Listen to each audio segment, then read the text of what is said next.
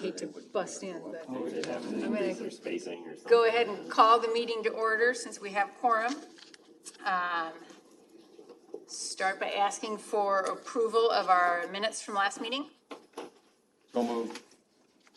Second. Any discussion? All in favor? Aye. Any opposed? All right, old business, the dredging project update. Do we have a guest? Excellent. You're welcome to sit there if you'd like, or stand, whatever you'd like to do. Trust. Yeah. Sure. Yeah, absolutely.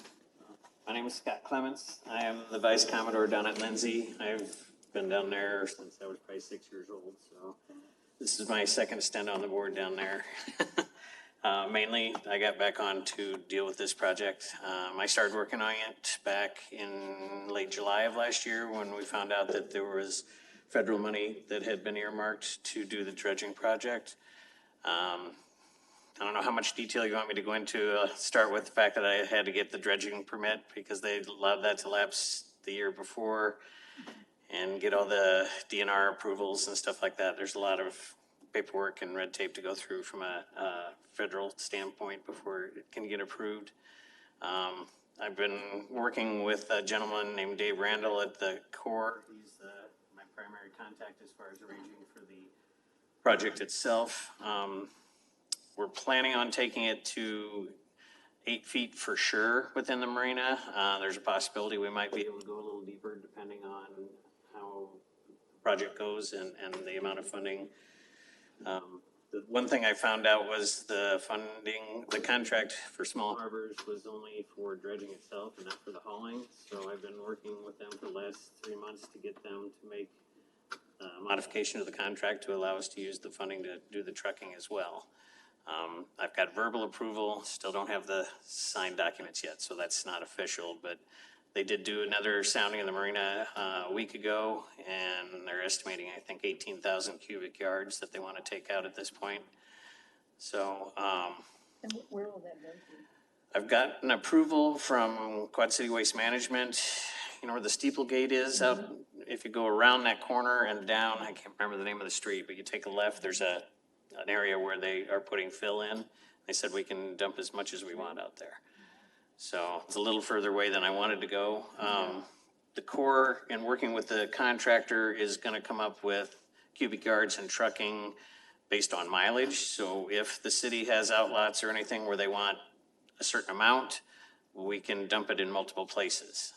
Years past, we used to always put it down where the new Memorial Park is down by the Crescent Bridge, but that's not available anymore. But I don't know if there's anything on Credit Island that needs to be filled or anything along that lines. The only thing with things that are near the river, there's a certain setback. You have to be so far away from the water line because it's going to be very wet material. As far as the project itself, this is the first time we're going to do a dredge like this. In the past, I don't know if you're familiar with the marina, in the middle, right where the opening is, there's a small boat lift that goes down on 2 big I-beam tracks into the water. Well, it was put in 1962, and it sits on a huge H I-beam that has 6 foot round, half-inch steel discs that sit on bedrock, and it has a crossbar, and then the I-beams with the track sits on that crossbar. The I-beams come all the way out of the water, about 1.5 feet, 2 foot. It impedes you from moving the piers past that point. So I'm going to have a diver come in and cut those off about where mud level is now, which is not very deep, about 3 foot down. And that'll allow us to move the piers all to one end of the harbor and dredge the other, and then shift them all the other direction and dredge that side. So in the past, we've been dredging the runways, but the slips, the bigger docks are 6 foot wide, and then all the fingers are 3 foot wide. All those areas never get touched. And this spring, when they raised the rollers right before the flood hit, Pier 6 was sitting high and dry. So it's literally 4 to 6 inches deep underneath the piers. So that's where, when we dredge the runways, it just sloughs off back into the main runways again. So this, if we can get it the same depth through the whole harbor, that should be great. The other thing that we're changing big for this year is currently all the docks are anchored with those big 3 foot concrete blocks and then chains that come up through like a sleeve on each dock. We've lost 6 of those in the last year and a half. So instead of dropping more blocks, which we're just going to have to dig back out, I had a local friend fabricate some smaller spud pipes, 4-inch ones, and we put those in as a temporary solution. But when we reset all the piers, we're going to go to a permanent solution, we hope, with 10-inch pipe, 31 feet long, that are in all the places where the chains used to be. So then every time the water goes up and down, I'm not having to be down there adjusting the chain lengths and all that stuff for the flooding and what have you. Those we already have purchased. They're in town. They're going to start fabricating them because they need to cut and lengthen them. I have all the brackets for all the docks in-house. I've been putting wood around them and rub rail and stuff, so if a boat does get up against them, you're not up against metal, things like that. The contractor is local, who actually works for the Corps, and I happen to know him personally, so that should help with the project as far as extra things that we want to do. One of the things that I've been talking to Courtney about, the Channel Cat uses our front wall as the walkway to their current dock. They have grant money, and they're going to be replacing that dock and doing a lot of work on that. I just got a copy of their projected plan. They want to widen it, raise it to the height of the seawall, and make a 6-foot walkway, sidewalk all the way out to where they then go with a 65-foot gangplank out to a new dock with 12-foot concrete-filled spuds. So I now started a process about a week ago of asking the Corps if we can raise our outer rock wall to that height or close to it, around at least to the end of the upstream opening. And I want to have a wedge put on the end of it as well, because all the debris that floats by, it gets to the mouth of the harbor and there's an eddy that swirls and it collects and pulls it into the harbor. It took us 2.5 weeks after the flood went down just clearing all the trees and debris that ended up inside the marina. It's a constant issue that we fight with. Trying to think. That's probably about it. I've been talking in Mid-America about dropping the power lines along the seawall so we can load trucks directly instead of handle the material twice. They don't seem to have any problem with doing that. Got Tri-City Electric set up to do all the disconnect of the power and reconnect afterwards. I've talked to the city as far as inspections and approvals and all that stuff, so we've got all that lined up. I did hear from the Corps the other day that there might be a small amount of additional money that we might get into the project, maybe $100,000, but which anything is better than nothing. It's not approved yet, and it started higher and it's been dwindling down because I think people are all grabbing their share, but he's trying to get us some extra money into that project. It looks like they might be able to buy the rock for us but not put it on the wall. If it's a maintenance thing where they're bringing it up to the original height that it was spec to, they can do that, but if we want to go any higher, we'll have to pay out of our funds to have them put the rock on the wall. So I have been trying to hold back money out of the slip fees to be able to do certain things like that. Same things like setting all the spud pipe, we're gonna have to pay for all that. All the electrical disconnect, reconnect. So we're gonna have a lot of in-house expenses on top of the dredging expenses. But so far I'm pretty confident that we'll be able to cover those costs, so. Question. Scott and I are very familiar with the Veterans Memorial Park. We're hands-on on that deal. We're on the Friends of Veterans Memorial Park. And have you, I'm a little curious as to, you say that there's a lot of area on the Veterans Memorial Park. There's 43 acres. I mean, we have used a chunk of it here to make this latest development, but there is a tremendous amount of area in the back. We So used to go who did down you ask to almost to the bridge, where you go into the bridge right above Credit Island. There's an entrance there that cuts back There's in. an entrance that comes off of River Drive. Right, that's Yeah. where they used to Why- go in and then Yeah, back in behind. and there's plenty of room back there for dumping. Who did you ask? Did you ask? I started with Bruce Berger. I talked to the mayor. I've called everybody I could think And of. they said that you can't dump there now? Yes, Wow. we've dumped there for the last 15 years that I know Yeah, of. I don't understand why, because there's plenty of room. I was surprised too, but they said no. So you're more than welcome to talk to Yeah, them. I mean, if you could change. that's a There's whole some lot other closer. sections That's a too whole lot. where, you can see the Hormel packages coming out still. I mean, it would be nice, Courtney, that someone took a look and saw. The downside is it's very wet and stays a long time.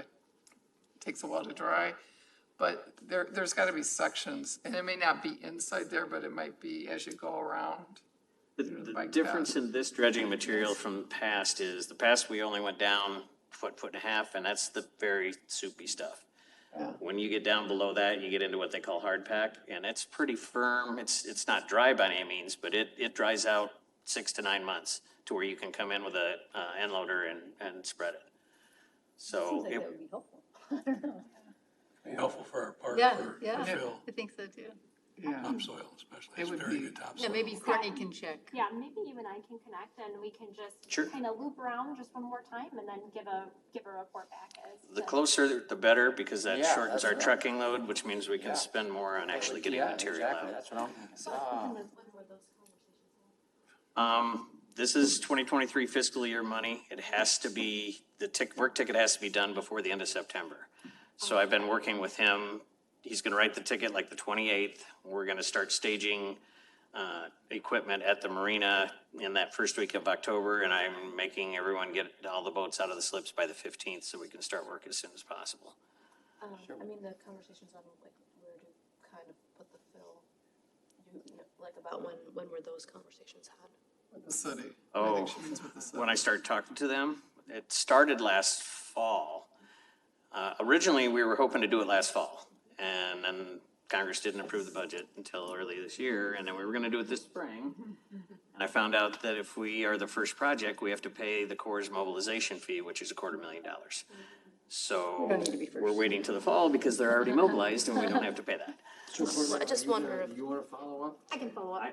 I've tried, I'd have to go back and look at the email strings and stuff, but I've tried to get a hold of, can't think of the name now, just above the Isle Capri, the old altar building and everything, they're gonna have to tear that down eventually, and there's gonna be a lot of remediation or what have you. I thought that big green field would be a great place to dump it, and then you have fill dirt. I can't get anybody to even return my calls.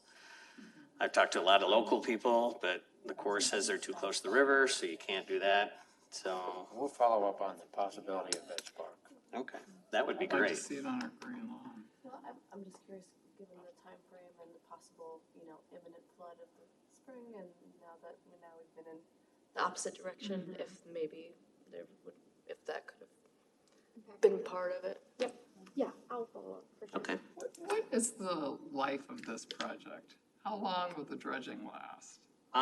My goal is to have it done mid to late November and No, I start. mean Oh, how long when should it would- last? Yeah, If we can is get there a it, solution for it to come in, or is this, I mean, there's always silting in, but there's no permanent solution for that not to the happen? original wall was put in '61 and it was 21 feet deep bedrock. So this has been silting in since then. They've never taken it down. This will be the deepest I've known Let's not that, talk 61 to now, okay, I'm fine. All right. yeah. I'm hoping that this, Once every 50 years or so. if we get it to 8, maybe 9 foot, my goal is if we can get it to 8 foot and we've still got some funding that I can use for trucking, that we'll spend marina money to pay the contractor to dredge more and get it out of there. I'd love to get it to 10 foot. The assurance that we have between the city and the Corps says they'll maintain 5. They usually will They do can a make- 3-foot overrun Yeah. without too much. And it kind of depends, like I said, I know the contractor personally, so I'm trying to get as much out of there as we possibly So can. how, in the Corps, are they just a sounding board to give approval, or are they providing some funding? It's all federal funding right now. Okay, There's $750,000 in this grant. Okay, good. The Corps is doing it. The contractor is Legacy Corporation. They have done work for the Corps for the last 3 or 4 years that I know of.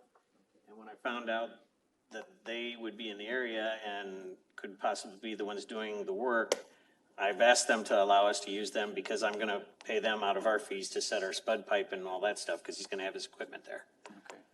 So, It's maintenance. It's river maintenance. Right. Yeah. in 2011, we replaced Pier 5. That was when I was on the board last time, and I was in charge of that. And we spent $80,000 on dredging. We moved Pier 4 up against 3. We moved the gas stack out and did as much as that area we could. And we took out, I think it was like 6,200 square feet of material. So this will be much, much larger. I personally think it's gonna be closer to 25 or 30,000 cubic yards. I had them come down, like I say, and do soundings off the docks. They're supposed to come down this week and shoot levels on the outer rock wall so we can see what we can do with that. As someone who does no dredging, I was just curious, like context of like 30,000, like how much like what is that? What would be a comparison size-wise? Like what is that? If we went to 30,000, I think that's probably 60 semi-loads. Okay, So it's a lot of material. yeah, okay, thank you. Any other questions? Thank you for coming, that's great. I've got, I mean, I Things I never think. I proposal on when we replace Pier 1, because that's dead. Want to see what I propose to them as far as, this is what the marina looks like, this is pushing it all upstream and all downstream, so I could kind of give the Corps an idea of what I was planning to do.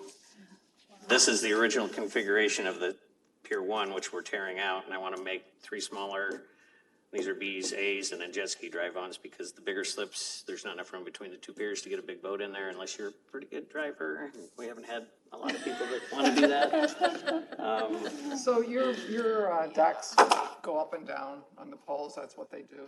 They will on the poles. Currently, there's chains to these concrete blocks. I know way you're gonna do it. Yes, yes. They're 10, Is that possible for us? I actually have a That possible for us? doc conversation later today that I learned about that from Or- Mr. Reed Swenson. Yes, well, I've seen it before, I'm not sure. We have to pull them all the time. oh, With the these, flood. because of the outer rock wall, we don't get a lot of ice shearing, so it stays fairly protected. The But we piers, can leave them in on the flood, basically. We pull them out every fall, bring them back. all our piers are hooked to the wall with big, huge I-beams that have channels that ride up and down. Yeah, that's what I've seen. And then the chains are just for, you have to leave so much slack in there and all that. But yeah, I'm hoping this is a permanent structure. And the fact that even if we can go down to 10 foot, we're gonna have 11 foot of silt still, that I'm hoping those will drive through, so they should not move. I don't know if you want any of these or not. I was gonna say, I can send all this to you scan 'em. electronically. That would be great too, and then I can send it to the commission so that they can review the information that you sent. So Yep. thank you. Thank you. Thank you. Sounds like you got a pretty good handle on it. I've got a lot of time in it. Sounds good, great. And when you're Yeah. done on that board and you're looking for something else to do, we'll keep your name This is on my tap. second stint. I was on for 9 years before, so we do it in 3-year terms. Yeah. I got 1 more year, and then I'm semi-retired now, and we hope to go do a little more traveling, so. I think she meant on this board. I bet on this one, yeah. See but this yeah. empty chair right here? So, Thank you. all right, thank you.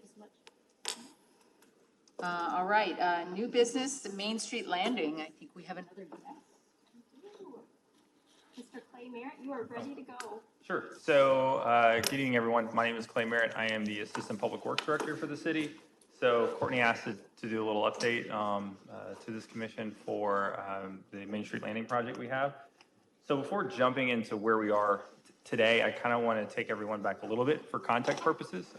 So when the federal government approved the ARPA fundings, the American Rescue Plan, our city got approximately, I'm going to ballpark it here, but $40 million. And so the city council took input from the community and from staff and had a bunch of input meetings and then created a series of projects with that $40 million. One of which was the next phase of Main Street Landing, which is scheduled to occur approximately in that physical location there just south of the railroad tracks. And this is for that custom-built play area to the tune of about $6 million.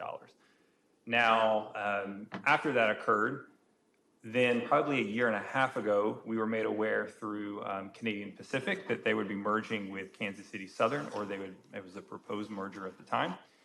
So the city council and staff then began having active negotiations with them for potential mitigation projects. That merger would, from their perspective, triple their train traffic on this line that goes on the riverfront. Through some ongoing negotiations, we were able to come to an agreement in which CP would create what they were referring to as a community investment fund for the city to the tune of about $8 million for mitigation projects There was a separate $2 million set aside for a specific project near our water pollution control plant. They would essentially give us a match to a federal grant, should we get one, for an overpass on Concord. We actually, a couple of weeks ago, just were made aware by the FRA that we got that grant, and that was about $7.8 million, if my memory is correct, for the federal government share, and then CP is going to kick in $2 million, and that should cover 100% of the cost. And that also doubles down as the third phase of our water pollution control plant flood mitigation project. Clay, can I ask, where exactly is the overpass down there? So- Where's it gonna go? So south of River Drive on Concord. So currently, right now, Where Concord is, we'll use Concord. And Correct. this will just go over the top of the railroad It'll tracks. go over the top of the railroad tracks, and then Okay. it will hang westerly into, basically, there's just open property here at this point. The city last year purchased a sizable chunk of that property in order to land that bridge. Got And then we'll create, as part of this project, we'll also build a new roadway all the way to Miller Avenue, and that roadway will be built to the 100-year flood event. So one of the problems we have operationally is when we get sizable floods, we actually have to use large-scale equipment to even get people, our staff, into the facility. At this point, you can drive your normal car there, and it also acts as part of a flood barrier. So we're getting kind of a twofer, if you will. So something that provides secure access to our facility and anyone that really wishes to cross the tracks, but then also it acts as a component of our flood mitigation. Okay, so, what's happening to then Busing Landing where there was, right there, where you come and take a turn, you put boats in, you probably haven't seen it because it's been pretty low, but there's a. So just off of Concord? On Off of Concord, right, yeah. before you get to the water pollution control plant. At the moment, we haven't had discussions about whether we're abandoning Concord, so I would say at the moment, we're just gonna leave it as is. So the at-grade crossing goes away, the bridge, I'm actually kind of curious if I can do this really quickly. This works? I thought you said you were gonna take it down past the water pollution control plant. Did I miss that? Yes. Courtney, do you know if this has intranet? It should, yes. To Firefox or Google Chrome? Right, I don't think he knows where Busing Landing is. Okay, Clay, yes, ma'am.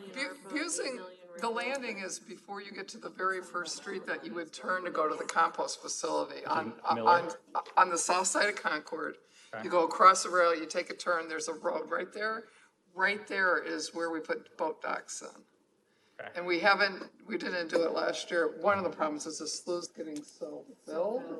But I would hate us building a road and then we can't then go back and have a landing, because that's kind of off the river landing. So. Do you see what I'm talking? Oh, now I lost my thing. I lost my feed. So I'm still on my lost as to where this overpass is. Is that where it's So, going? where River Drive I and know we're South Concord. Concord, you turn off of River Drive, you turn onto that road that goes over the railroad tracks, and then it So turns right. that road is where we'll have the overpass. Okay, and Instead of going across the railroad tracks, you go above them. right off the River Drive. There we go. Assume it'll kind of cut the corner. I'm kind of playing IT here for a second, so it went out on me. So essentially the overpass, so here's River Drive. Yeah, So as it comes down, it'll actually ramp up pretty quickly. You need to get over to meet minimum standards for CP. You're 23 feet from center rail, so it's pretty high. That is. And that's we'll actually talk about that when we talk Main Street Landing as well. But it'll ramp up. It'll kind of follow my cursor here. It'll kind of go over, at which point come down at this piece and kind of just follow. I guess you could say this is Railroad Avenue. It's their property. We're going to stay out of their property, but essentially follow this all the way to Miller Avenue, and then it's going to connect in. Are you going to eliminate Concord, or is that where Concord's going to be in the future? No, so Yeah, Concord, you can't in the eliminate moment, Concord stays as Homes is. there. So it's a new road? So a new road. what's the point of that? Why Well, not you just can, use? see where Miller Avenue is? Mm-hmm. Well, see where Miller, that's it right there. See that concrete kind of coming out right there? Yep, That'd be it. yep. So right now, we are just leaving Concord as is. There hasn't been discussion about abandoning it in any way. It's, if we were to use Concord instead of building this new road, you would probably, and I'm once again, ballparking it here, you're probably, because of elevations, you're 15, 20 feet in the air. So if someone were to slide off the road, you're taking a pretty big trip down. So, and not to mention, the cost was substantially higher if you were to just raise Concord on its own. Yeah, I guess I'm not raising it. I see what you're doing, but I want Yeah. to keep in mind also that South Concord is what's the name of the trail? It's the Mississippi River Trail. The Mississippi River Trail, and That so we, comes- the bridge from Credit Island is where that goes, which is south of all this. It's all Right, it's right there. but you need to people in town, maintain, I mean- yeah, you need to maintain Concord though, because it is. All right, if you come from Wisconsin, yeah, I assume you'd go over the big bridge then and come down Miller. you would. And then you wouldn't get stuck by the But- train like I so, frequently do. So remember, there's gonna be lots of bikes, Yep. Yeah, and, Yeah, you're still gonna have access, so you're just gonna go right next to the railroad tracks is all, I guess, instead of Concord, and then you go down Miller, and then you go down the rest of Concord toward the bike bridge, or Right. pedestrian bridge. Correct. well, it would make sense at that point to maybe upscale that road to go to Nahant Marsh from right where you are. At some point. Is that the road right by, next to the parallel to the railroad tracks, real close by there, that's that much elevated over, that's that much higher than Concord that you don't have to fill that much? Correct. Road Avenue, isn't it, Railroad Avenue? it goes all the way through. Be something other than, Because the railroads built it up? That's just pure elevation at this point, because, I mean, Concord goes under it around, 13 feet. Yeah. Yeah, so it's, Annapolis facility and comes then off that. what this roadway will be built up to is a 100-year flood, which is over 23, River Sage is 23.4 or so, Okay. give or take. So So that's that, interesting, that's gonna be that much higher than Concord, which will be really sort of fascinating to see. adventure trail is what it's Yeah.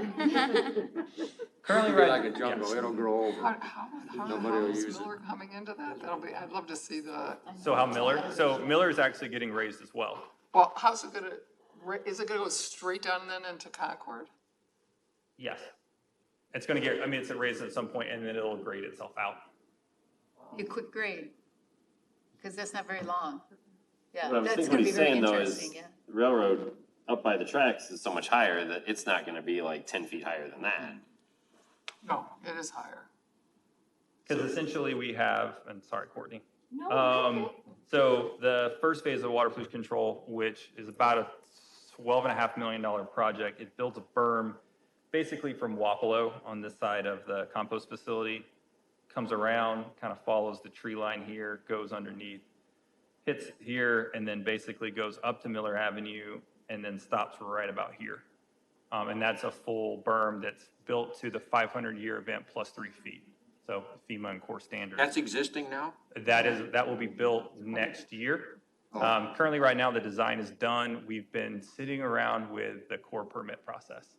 So we probably. So how deep is it going? How, Your cutoff and you got a cutoff on the berm, don't you? on the berm, I don't recall off the top of my head how deep. Yeah, you probably gotta have one, because, you know, if the water gets up too high, then actually the concrete can float in the plant. I Yep. mean, you get some issues there. Yeah. I think that's the point. So, and then the second phase actually builds a berm south of, completes it, kind of goes up Miller Avenue. This is on the south side of Railroad Street, and then kind of just works its way all the way around. We're currently about halfway through that design process. Do not have construction funding secured. That's phase 2, and then the railroad plus the overpass plus the street is phase 3. So we got funding for phase 1 and 3. Just working on phase 2. So. So that was set aside as part of the Canadian Pacific Agreement. Let me go back to here. So this works. Okay. So when we went through that, we specifically set aside $8 million for mitigation efforts. Now, the council had generically talked about what they were looking for mitigation was railroad quiet zones from basically Marquette Street all the way to Mound, and then some pedestrian overpasses. So while we were negotiating that and the council was approving it, the state then created, or rather was using their ARPA funding that they received, creating a series of other programs for themselves, one of which was Destination Iowa. Destination Iowa is an umbrella to house 4 programs. The first three programs, the ones you see on your left of that funding program's image, they immediately came out with. The creative placemaking one was the one they held back in reserve. And this is where they were going to fund large ticket items. And this is the one we were curious with, and this was pretty much last summer. And that was geared toward developing regionally significant quality of life projects that are transformational in nature. The grant would cover 40% of cost, and a key element would be that the application or the applicant must cover the other 60%, and you had to have the funding in play. So when this was announced, the city went through a process to figure out what's the best project that we have that aligns with what the grant was asking for, because that's always the interesting part when you play with state or federal grants. You always have what you want, but you have to make sure you're putting a square peg in a, not in a round hole, because what you may want is not what the funder wants. So we're trying to align our projects with what they were requesting, and in the end, we came with Main Street Landing.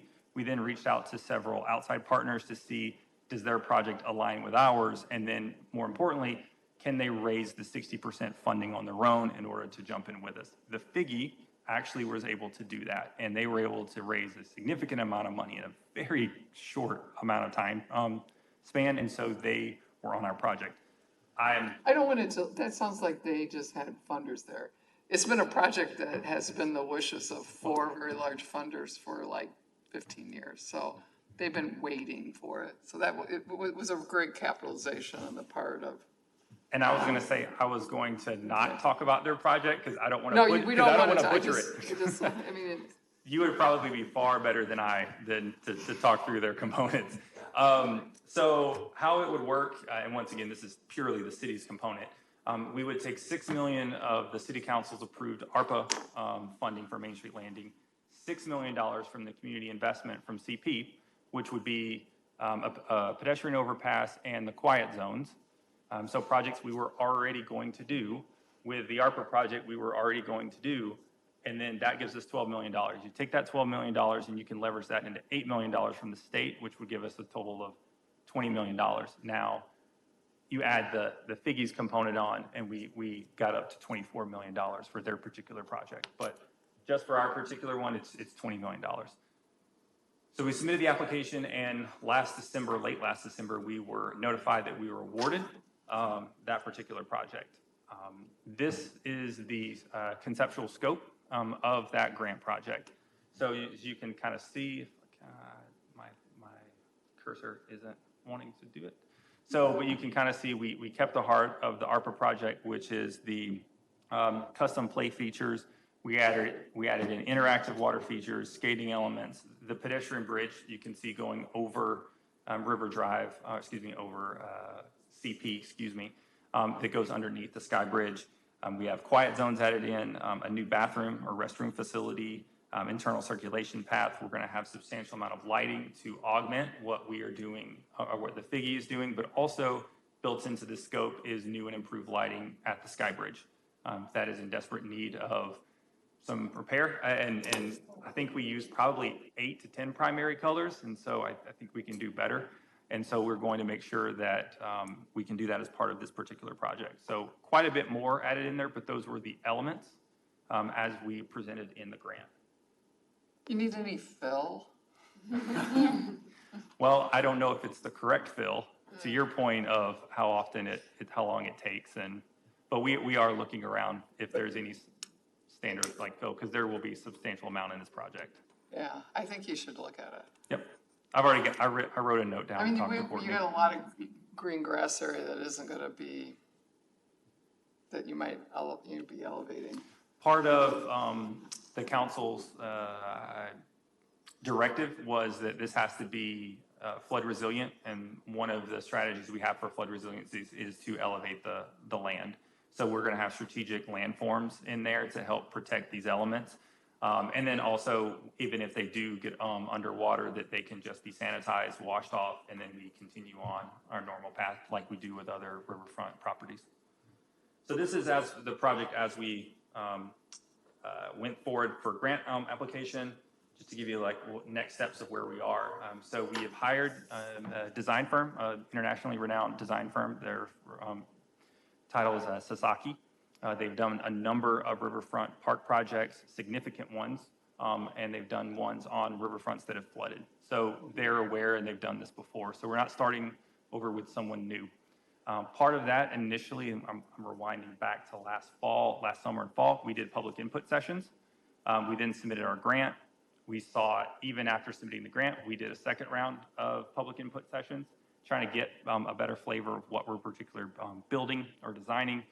Then we've secured the project funding. So at this point, all the funding's in place, and currently we're at schematic design, or we're finalizing schematic design for what you saw. So probably in the next few weeks, we'll have that finalized, at which point we're gonna come back and showcase the community an updated version of that site plan, and as well, and get further public input. But another key item is we're going to be putting together some stakeholder groups.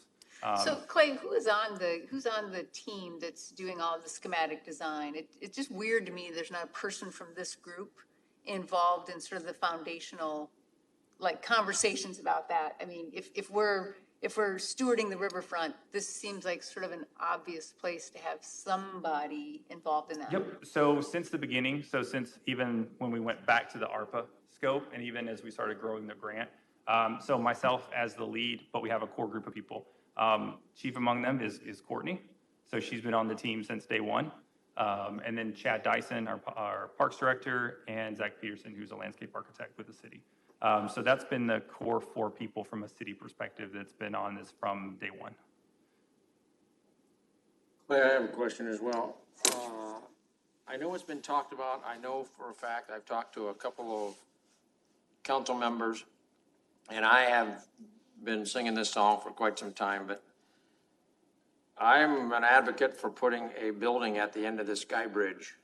Is there, in this plan, I noticed there is nothing there. There's a kind of a circular little open area, but is that, and actually you and I have talked about this before, but, so that is a possibility, isn't it? So with this project, we were not able to build that into the grant application.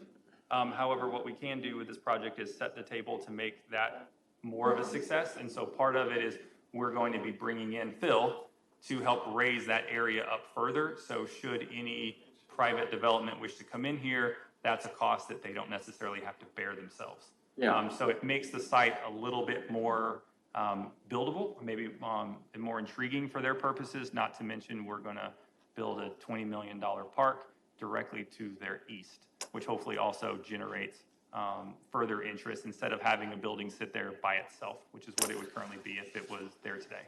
Because I know there's even been a drawing of a plan along that line.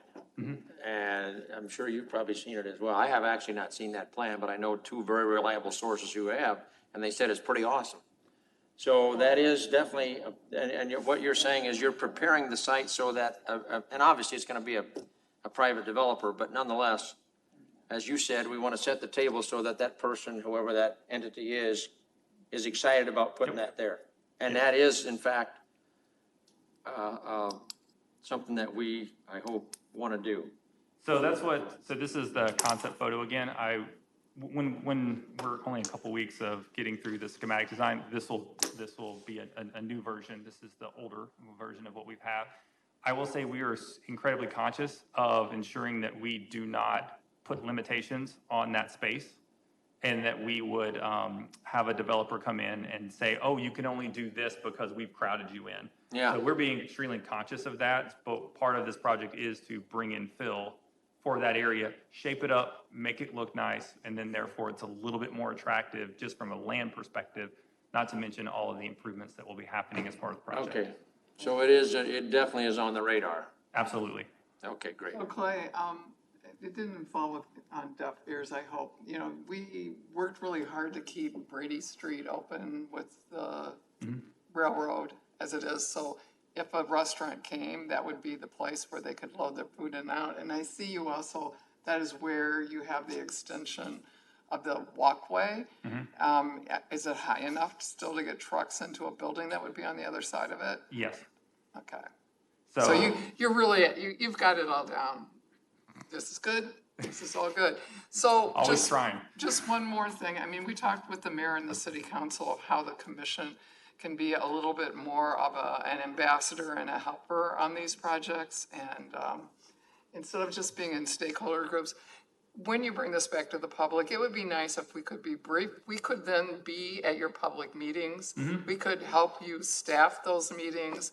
We know lots of people who come to those meetings, you know, and you'd have another kind of positive, warm voice for this project. So I would like you guys to think about it. Hopefully it wouldn't take a lot of staff time to get us there.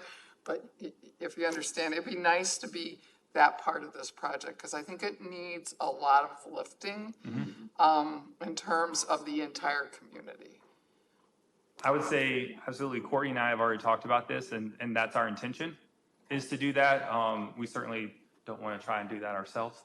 And we want to engage you all and try to see if you can be help be advocates for this particular project, especially as the other.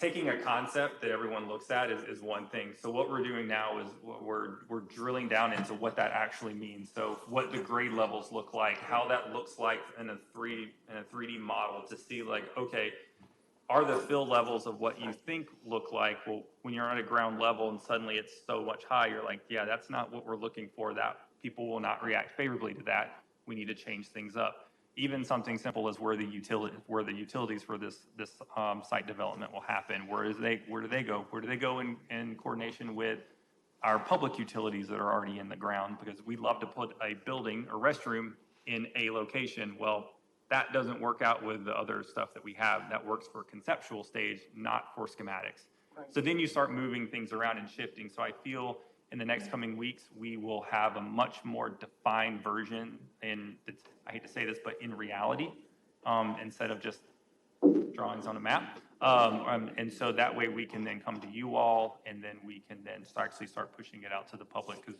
we feel very confident what's there. You can try it out on us with our questions, which would be a way to like kind of figure out, okay, now how do we come back and really talk about that? Because they have this interesting question, and we could be like a rehearsal for you too. Like, I just couldn't tell, is there a bathroom Yes. plan on here that's a significant? There is a bathroom, there's a new restroom facility that will be built as part of this. And that's part of it, is trying to figure out what the correct location of that is in relation to. Oh, so it's not on that drawing that you showed a little bit ago? So on this drawing, and this is where it's the difference between, see, I haven't even talked to the council about this yet. So you are getting a little bit extra. So for instance, if you could point that out, sorry, Courtney. So currently she'll point to you where, actually, can you show them where it is on this one, where they originally had it? That's underneath right there.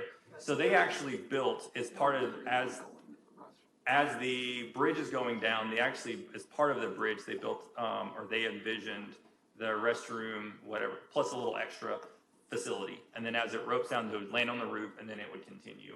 One of our questions, that this looks nice on a piece of paper, but when you start drilling into it, that is too close to our comfort level, to the 1930 and 1970s interceptor line, which is the sewer line that carries all of Bettendorf, all of Riverdale, most of our sanitary sewer to the treatment facility. So we're like, how about you guys move that differently, just from a location? Not to mention, it's also a little further away from the actual elements that people would be visiting.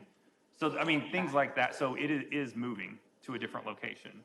And some of these things are shifting and moving around as part of that schematic design that we're finalizing now. So have you thought about making it tornado proof? And the only reason I say that is, like, I'm going to a lot of riverfront places, and they're building their restrooms with a tornado proof ability, because when people are fleeing, some people can't get to their car, can't get, and they double it. But I don't know how large you're planning on doing this. I'm hoping it will take a little pressure off of the Freight House in terms of public restrooms. Okay. And it is too far away, unfortunately, from the band shell, I think, to incorporate. It's too bad we can't. I mean, we're gonna need to do one on the other side of the Sky Bridge, unfortunately. We haven't looked into the tornado aspect of it. I do know, having gone I'm through. not saying a number 5, but, you know, basically a thunderstorm, Yeah, the severe Yeah. thunderstorms that we Okay. get not infrequently.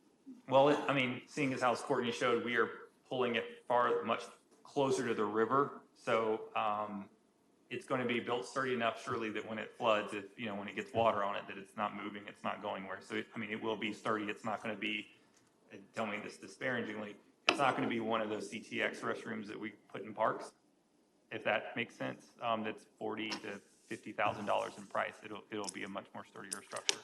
The one that Cedar Rapids has with their amphitheater on their river has double wide between the stalls, like the stalls are here, but like it isn't a small space, it's a much bigger space. And I think their occupancy is something like 100 in the women's side and on the other side. I mean, 100 it people. literally got built with the idea, because you're not close to your car. Yeah.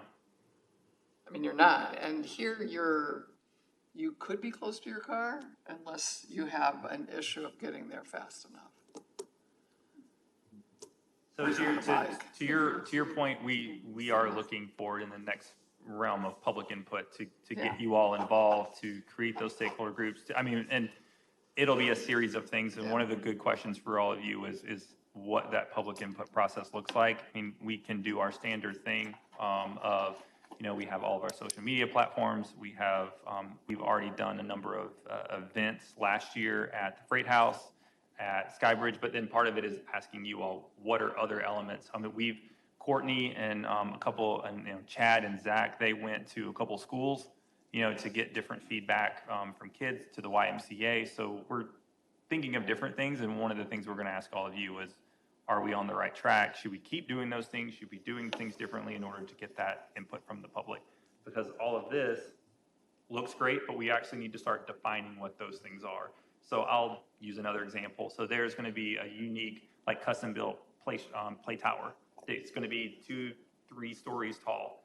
It can look, it can feel, it can act differently however we want it. The question is, what do we want? And that's part of that details that we need to start defining that's in that next public input process. Part of what we've done previously is found out that people want that tower. Now we need to actually figure out what that tower looks like and how it acts. So that'll happen in the next few stages. Then we'll roll into design development. We'll actually continue to flesh out those details, do another round of public input, which once again, these things can all be happening concurrently. And then we'll roll into construction drawings and getting permits, because some of this does happen in the floodway. So we will have to walk through the federal permitting process. From construction drawings, once we get our permits, we will then bid it out. Tentatively, I'm scheduling probably late next summer from bidding it out in order to get a construction contract, and then probably a 1.5 plus of construction. Because as Dee knows, we have a timeline given to us by the state. So You're saying that you would start construction in a 1.5 years, or you'll start the bidding process? I would say we would start the bidding process probably late next summer. I think everything has to be under contract by December 31st, 24. Yes. So construction would probably start in, Probably. It's according to what it would be. According to some things, it could be winter.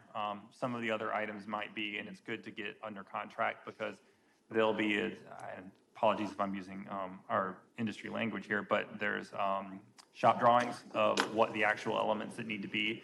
They have to go through the designer. Designer has to approve those items. Then you're talking lead times on a lot of things. Some of the earth move, maybe that can happen late in the fall and in the winters, according to what our winter looks like. So, but it gives us more time moving forward. But it'll be a substantial construction, probably, I would assume, easily a year to 1.5 years.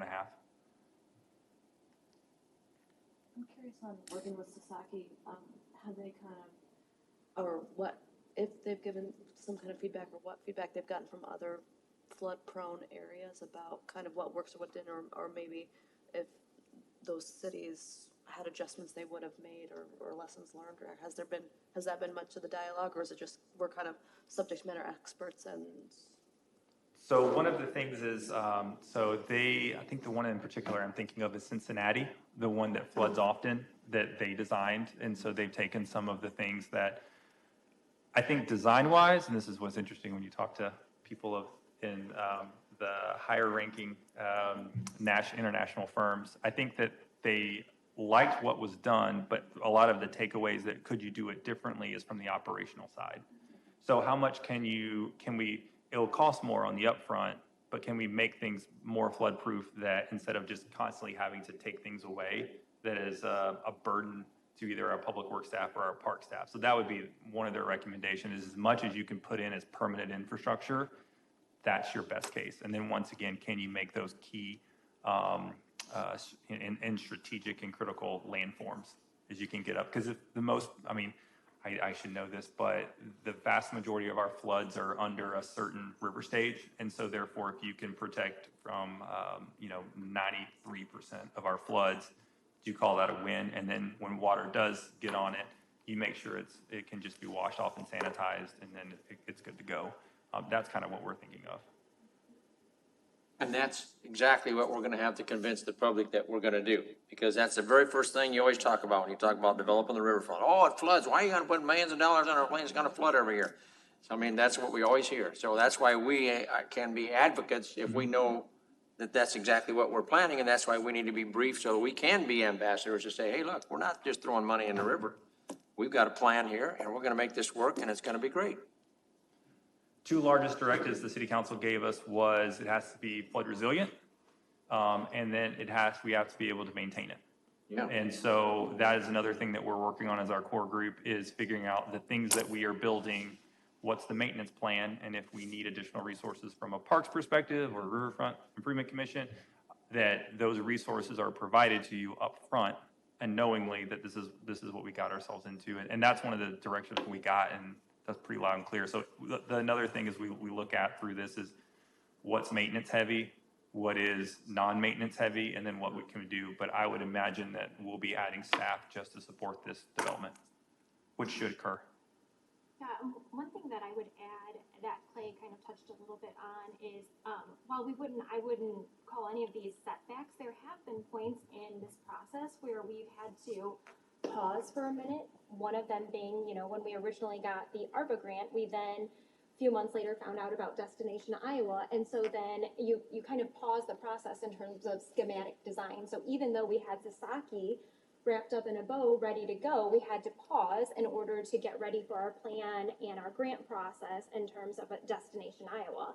And then even when we had found out about Destination Iowa and we were really excited and ready to go again, we then had to hit pause because of Canadian Pacific. And so there really have, and I think that's easier to explain, in this group setting and talk through that, because we have gotten questions as a core group, like, well, why are we not here? Or we should be here. And the reality is yeah, sometimes there are some simple setbacks. And like I said, not setbacks. I wouldn't call Destination Iowa a setback. That was a great win and a great victory. But I think we really are at a point where we're ready to really hone in on the design and bring the team in to help us figure out what does that look like. Completely agree. I mean, I think one of the things mentioned, I think Parks Advisory Board would probably love to see the same presentation, because it's the biggest question that I get from both of these as the liaison is, are you hearing more about Main Street Landing at Parks? And I'm saying no. And then Parks says, what's going on with Main Street Landing? And Chad says, well, it's being worked on. I mean, this was, in this room, I was here the day that the Quad City Times article interviewing you, showing that draft schematic came out, and nobody on the dais had seen it. And I think that's what some of is coming out of this group is we, both Parks Advisory and Riverfront Improvement, feel like we should be a little more in the loop on this massive park on the riverfront. We're over it, though. We're way over it. We wanna Yeah, be- we're we used only to it. want to be a positive. Yeah, I mean, we're all in on this. I think everybody at this table is, We're used to it. we're cheerleaders, like she said. Yeah, exactly. Does anybody have any other questions for Clay? Obviously, incredibly interesting process. Thank you for doing this.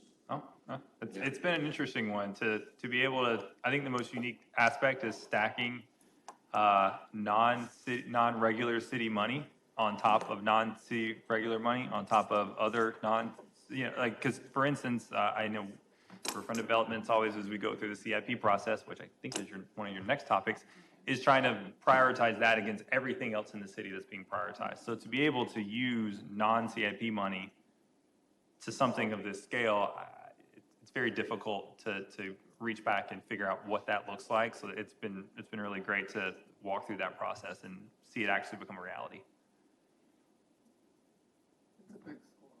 It is. Thank you. Yeah, thank you very much. Okay, yes, next is capital improvement projects. Which I will actually ask Clay and haven't talked to him about yet, but I will be asking him to come back and. Okay.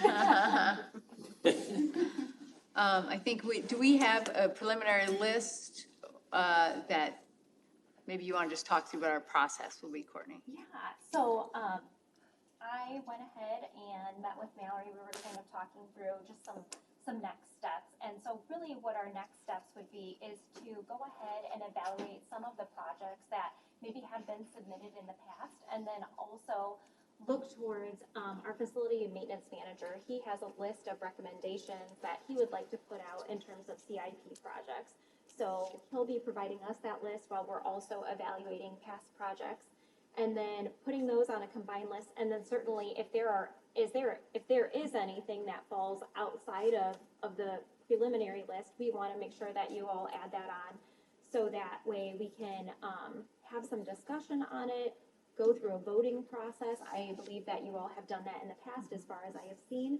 And then we can go ahead and submit that. We would submit those. So the deadline for submitting that is typically in October, late October, early November. Kelly had suggested though that she'd really like to see us get that submitted in September if we can. So that would be. September meeting. Yeah. That would be bad. Yep. Yeah. So that would really be the goal. Again, really, for some of us who maybe have never been through the capital improvement project, what I would like to do, and again, I have not had a chance to speak with Clay about it, but what I would like to do is have Clay kind of come on over and walk us through what does that process look like. So for anyone who hasn't been through it, talk us through that, give us some pointers on how we can best advocate for our projects, and then submit those projects and go So from there. I think we've done this in the past in a different way, but and for those who haven't done it, there's a 5-year program, and then there's projects for the future. And the last time we did it, we actually all ranked it, and it really wasn't like we also had projects that we wanted to get in the CIP that would be past the 5 years. So they were something to think about. And, I think we should look at it as something that we think should be in the first 2 or 3 years. Others that we really like, that we could see it could fit in the 4 and 5 year plan, especially as you're working on the Riverfront. These others might come later. I want us to be able to have a way to make decisions like that. I think that's a good idea. The first time I was on the commission, it was a 10-year process getting the pedestrian bridge on South Concord. From the Right. first time we were able to say, we want this as one of our priorities, it was a 10-year progression before that finally, the funding for the engineering finally happened. And I think that's wise, is to think from sort of a vision standpoint. Are there some really major things that, it's not going to happen in 3 to 5 years, but we think it's important enough that it should be on the horizon that it makes its way up. I think for us maybe, and I don't know if Clay has to come back, but if you could see what projects that the commission had on their list that's in the capital improvement at all, like mentioned at all, and the forms that they have. What we did last time. Right, yeah, because we look at that, yeah. prioritized, we all ranked them, and then that ranking really went to staff to think about how they would lay it out. So it wasn't like this is the one we're advocating for next year, but it was kind of a ranking thing, which I think is a better way for the staff to take it from there. And then the maintenance stuff that we're going to get from, is it Eric? It is. Yes. We're going to have to look at that as what is capital improvements and what are things that we're going to have to ask maybe in the operating budget for some increased funding one year to be able to bring some things up to standard. And that needs to be sorted out. And then we would ask that in the budget process, I would imagine. Well, and I believe previously we had some items that were prioritized, but then city council just kind of hopped over that and said, oh no, like we want that new deck at the Freight House, and they, like, so so we didn't even have to necessarily, and that was I mean, like lovely. lighting at the farmer's market? Yeah. I mean, electricity at the farmer's market, Yeah, was so that one of? if we kind of aware of what's already in the hopper and who it's been, its advocate. I think, yeah, so my long-term relationship with the city is if we can get the staff excited and interested and they put it in a year, the city council doesn't say much. We have to be at a point with Courtney that she understands our needs and she can help express, and then come back if she loses at a staff level. You know what I'm saying? We don't want to wait until January or something, or February, whenever the council sees it. We really want people like Clay and Courtney to kind of know where we think we are at. And they tell us literally where they think that can be. Because they know. Yeah, and sometimes they can find know a their place funding where money sources. can I come mean, from yeah. for something that might not otherwise fit. Yeah, Yeah. yeah. You can always put one. So Courtney, that information you're gonna bring back in the July meeting is, it, and I would say if possible, you know, if we can even circulate some of that information a week or two in advance of the meeting even, so that people really have a chance to look at some of those things and, you know, maybe ask some questions, you know, what is that one? Because sometimes, like, you're not familiar with what these projects are or where, you know, something particular is, and just having some background then will make, I think, conversation a little more robust because we have a chance to really talk about things and people have a chance to noodle around a little. Did you ever get any feedback from this meeting we had with the city council members? You know, the mayor came to me today and asked me if I had received any feedback. I have not. And I know we met this morning and I have not. So at this time, we have not received any feedback, so. So I believe we can all adopt that as what we're doing moving forward, Bill. I'm taking it that everything we talked about, they were fine. The mayor said. What? I mean, basically, you know, if there were any changes, they'd let us know in a couple of days, and if not, you know, this is the. Oh, so we plan. can surmise that this, what we say here is I think so. gospel. I think we should Yes. take it as that way. Yes, I think so. It has the seal of approval from the. Hey, we put it in writing. No news is good news, huh? Okay. Okay, so that is the CIP information, the nature play at Crud Island. Update, you have that? Chad will actually be, he couldn't, he's out of town this week, so he wasn't able to make this meeting, but he will be at our July meeting to give a presentation similar to what Clay did today to talk us through that. We wouldn't have had time for him today anyway, so we were booked. Management update. So, I wanted to talk a bit about docks. I could really, use your input, and have learned quite a bit about, docks recently. So we have three, so just for everyone's knowledge, we have three. We have Marquette, Busey, and Credit Island. If I'm missing any, please let me know. But those are the ones that I have been educated on. I have personally had a chance to go look at all of them, which was really, really good for me. Reed spent, I probably owe him a thank you card, spent an enormous amount of time with me answering all of my questions.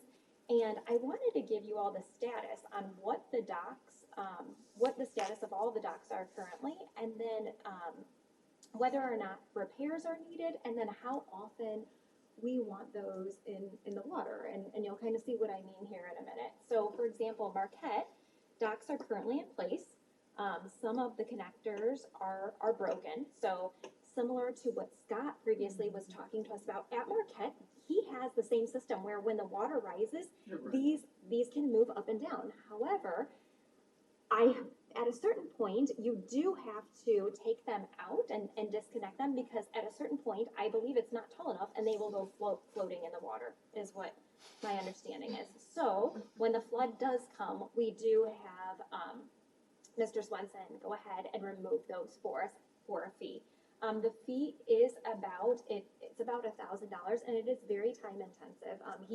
He showed me actually how he does it. It's a very intricate process and it takes a considerable amount of time. And I honestly feel very thankful to have someone who has as much knowledge as he does about that process. So just kind of keeping that in mind. He did mention to me that it stays in year round, but it's removed for flooding.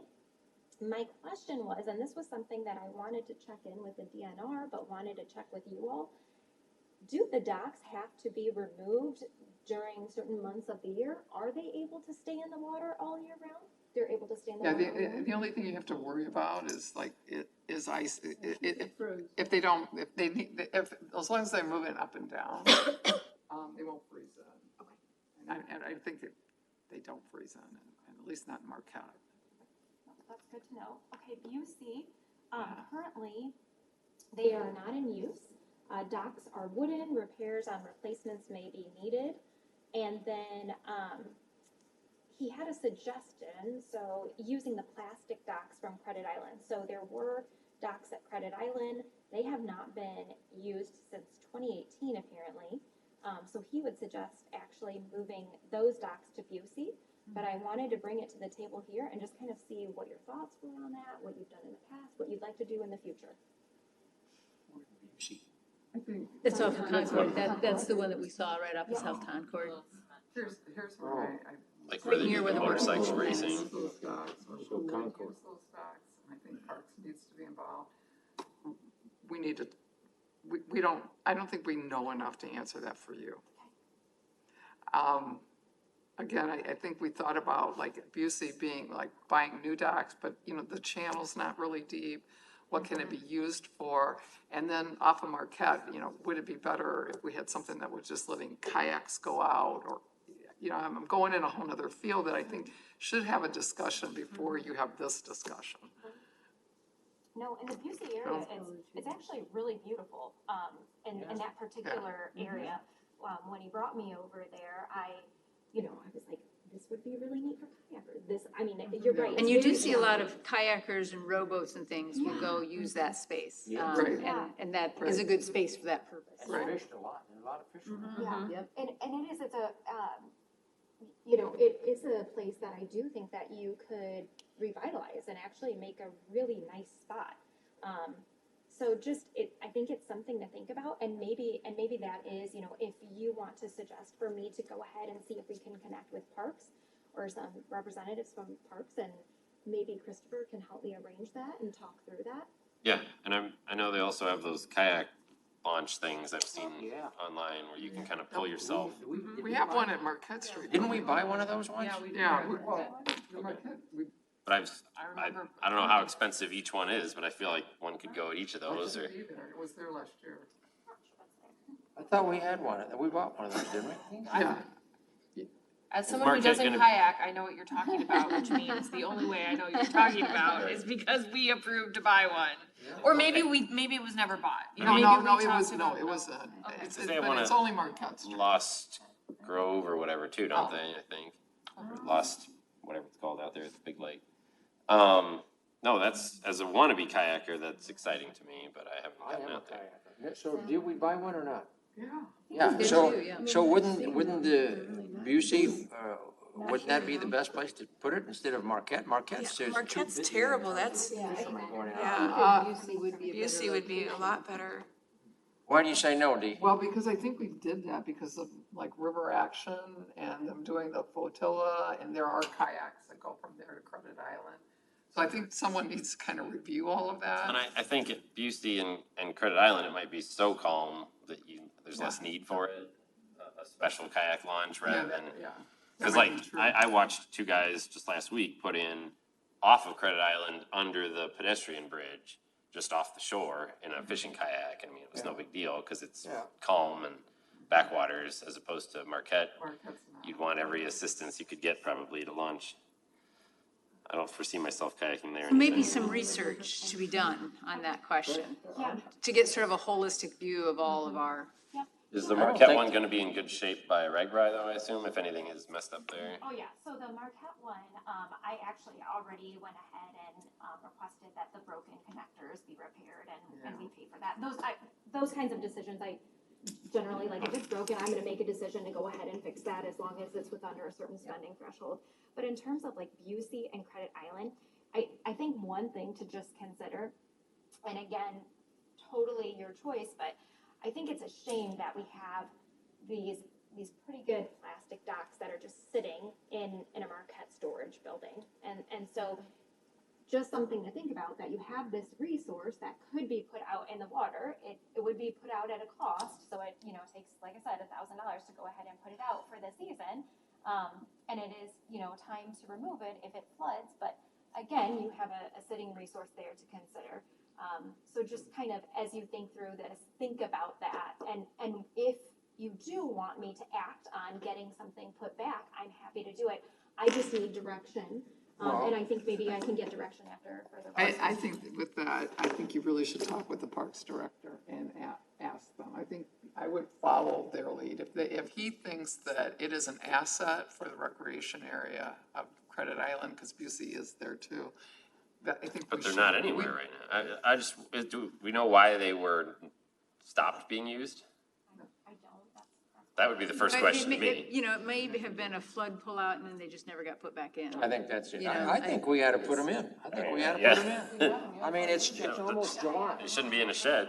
It's almost July right now. I mean, it's midsummer, getting there. So if we're gonna put them in, this year, we have to get it going, I think, don't you?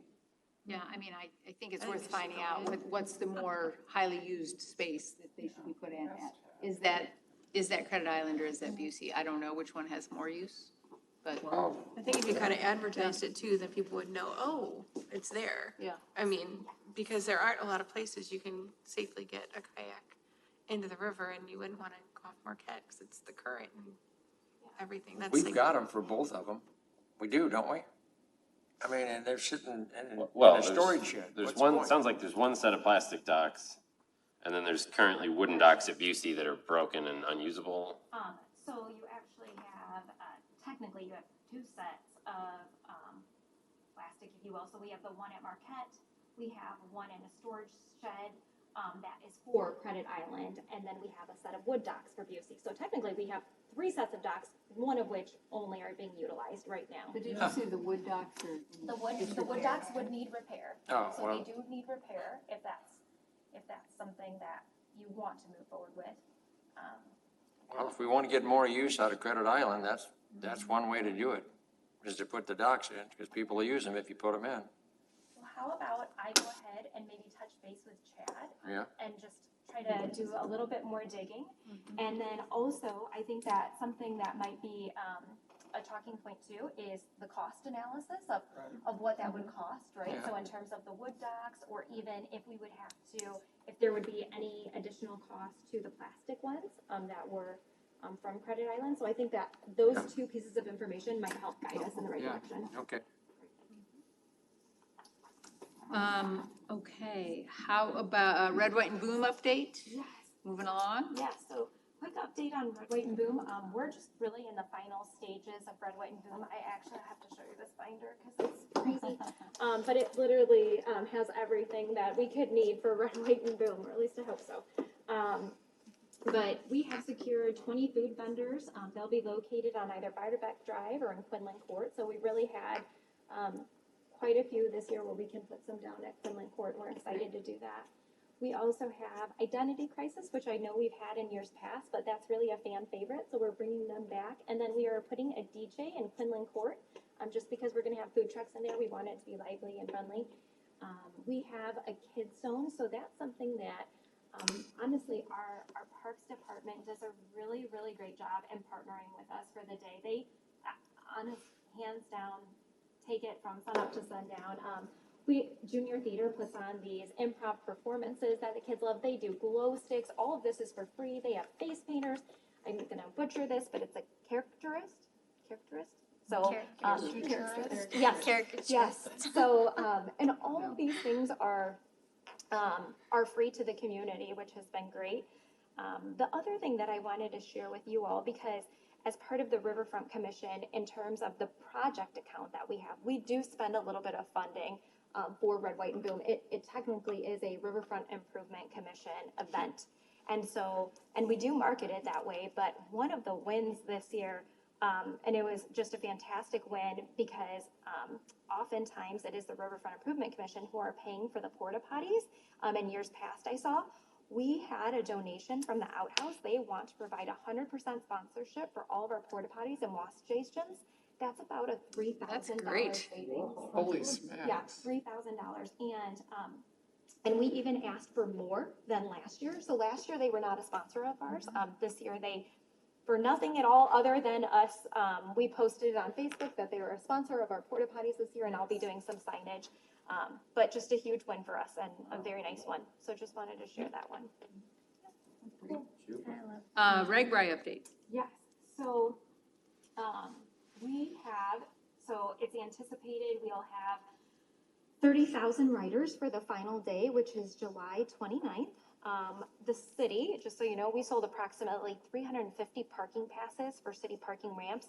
All of those have been distributed to riders, so riders have all of the maps, the actual parking passes to put in their rear or the front, whichever way they're parking. So we've been working as a team through that. And then we're actively working with city departments as well as Visit Quad Cities and Quad City Arts on coordinating the dip site at the Marquette Boat Ramp. And as this is the 50th year, riders will follow, it's really cool, but they're actually gonna be able to follow a gold path onto Marquette from River Drive to their dip site, so to dip their tires. So there's literally like the yellow brick road, but this gold path. And I don't know if you had anything that you wanted to share from the meeting today? But they assured us that it's like a non-toxic, comply with all regulations for paint of, gold paint.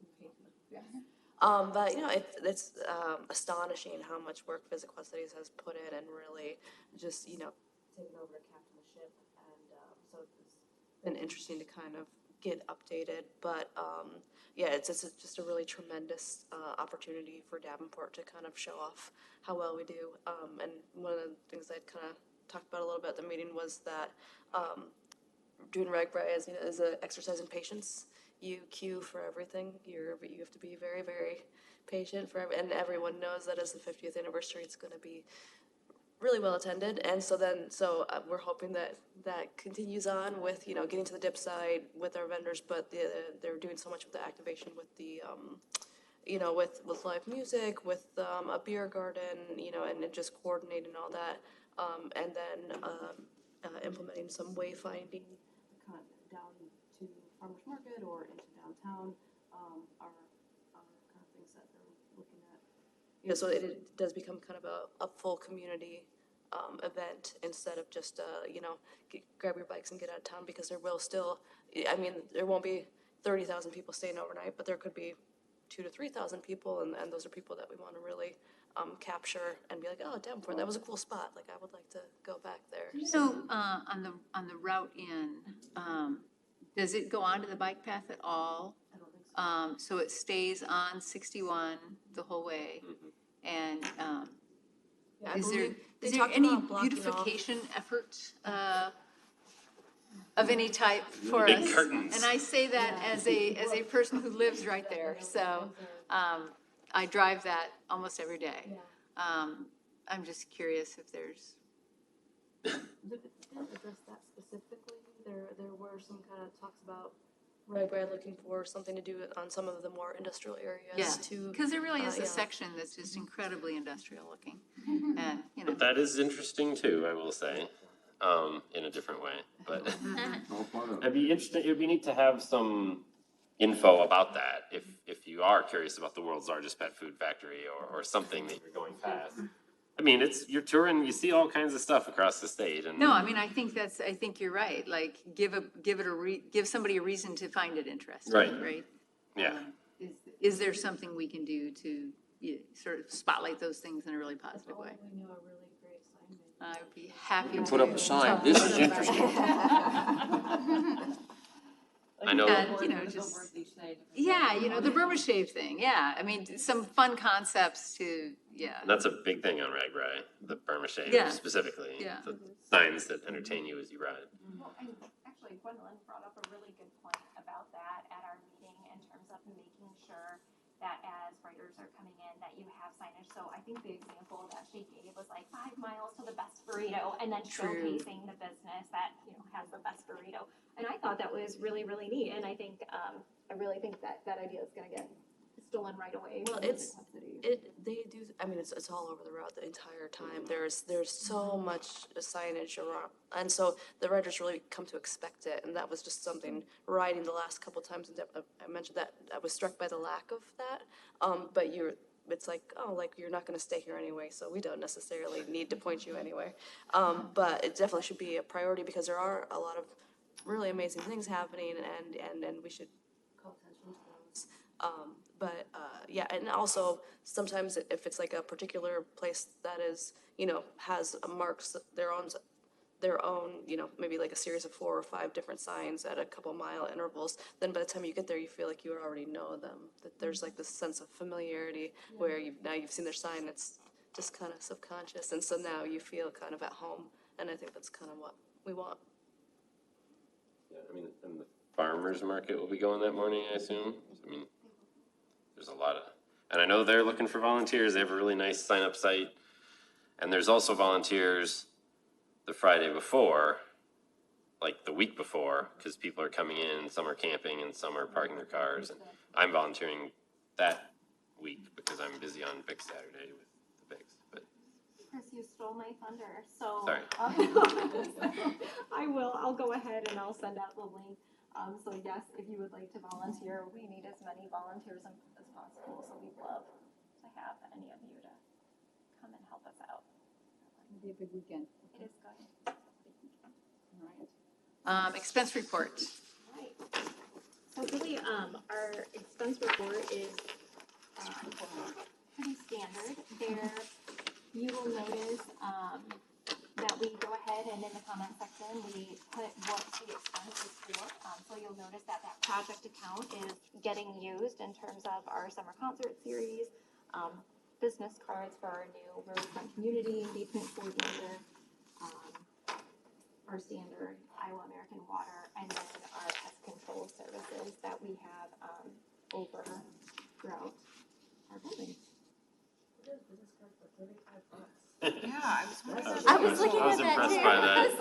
We are the enterprise. Similarly impressive is the Enterprise Butch Boss sound guy there for 250 is crazy too. Butch is a wonderful, wonderful, He's unbelievable. Yes. wonderful person. I had, the opportunity to meet him in person at my first summer concert this last Sunday, and then actually I will save it for next meeting because we are running out of time.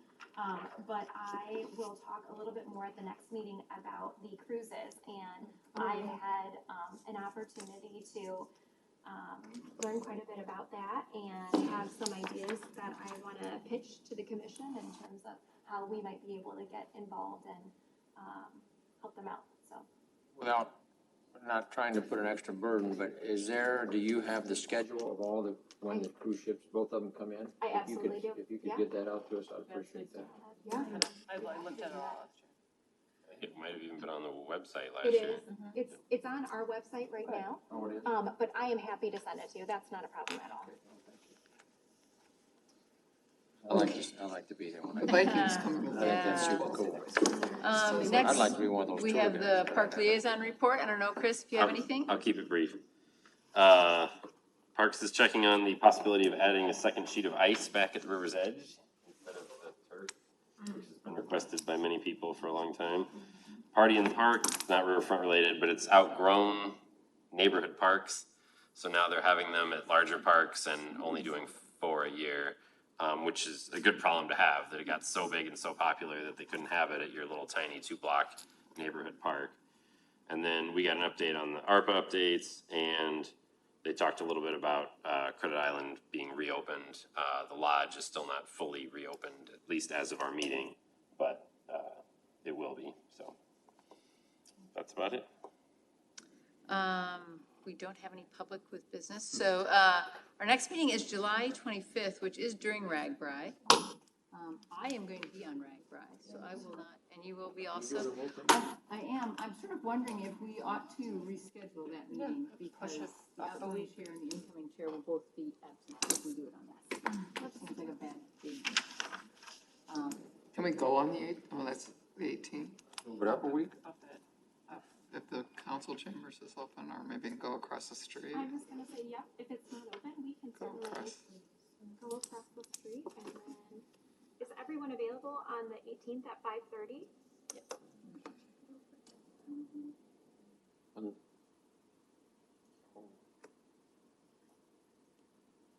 Yeah. you send out an updated invite so that we all get it on there, that would be great. Thank you. So I'll see you at the beer tent, I guess, you know? Yeah, yeah. I It's, will be there too, just not drinking. She means every night. Yes. So we're thinking that's gonna be across the street? I'll have to double check it. I will double check the availability of the room and then I will let you know. So if it's that day, I will. Thank you. Yeah, great. So are you doing some of it? No, I'm volunteering, the whole day, so I'll be there at the site. So if you ride, right back. You just gotta look for the group of really good-looking people, and I'll be right behind them. I will know. okay, We're adjourned. we're adjourned.